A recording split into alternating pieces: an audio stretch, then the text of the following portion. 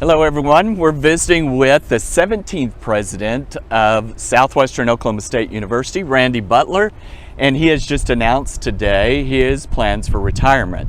So I wanted to ask you, Randy, a little bit about this. Tell me historically, because I know that you do teach history classes at Southwestern, where does the tenure of university presidents lie? Well, generally here at Southwestern, especially what you would probably call in the modern times, World War II to the present, it's probably been around a 10, 11 year stint that most presidents have served. Now, before that time, it was much more political in that if you go up by my office and you see the pictures of all the former presidents, a lot of them in the early years only served 4 years because they served in essence at the pleasure of the governor of the state of Oklahoma, and so then they would go. But then that changed over the years. So, my tenure is probably third or fourth longest. Of course, I had a great foundation from my two predecessors,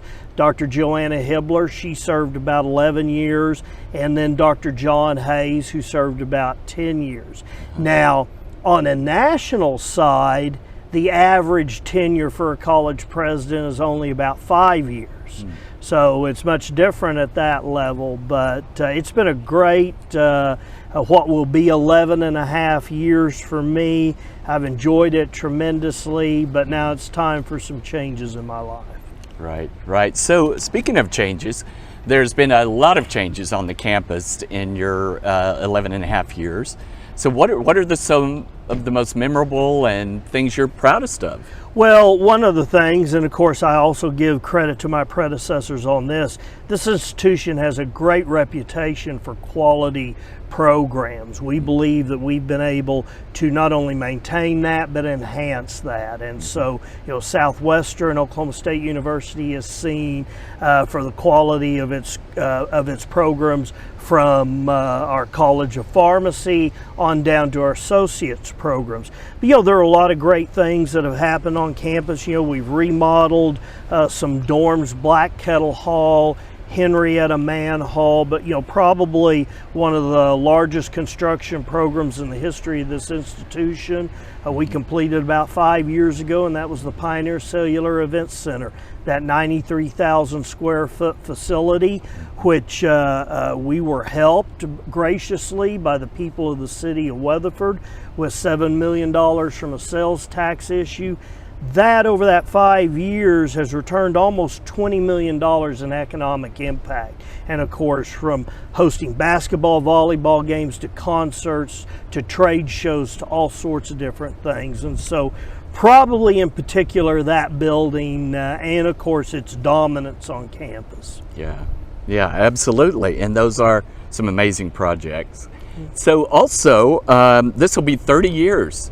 Will this record 30 years of teaching in education? Well, about 35 years of education and public service. So I've kind of bounced back and forth. I started with my teaching career education in 1984 at Ouachita Heights at Corn, taught 1 year there.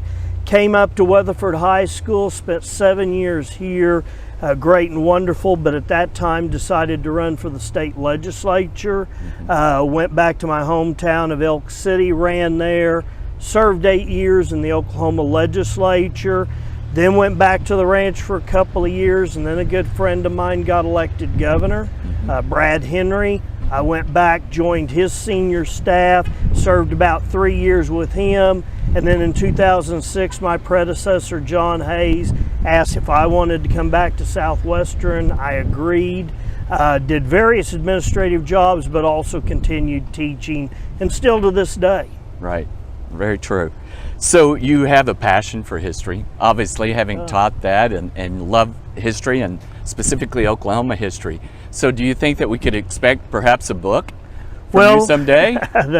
I'm working on a book right now, of course, on my uncles, the Beutler brothers, and their contribution to professional rodeo. I've had that in the works for a while now, doing that through the Oklahoma Heritage Association. Another project I'm interested in expanding on, my master's thesis, was on German-American oppression during World War I.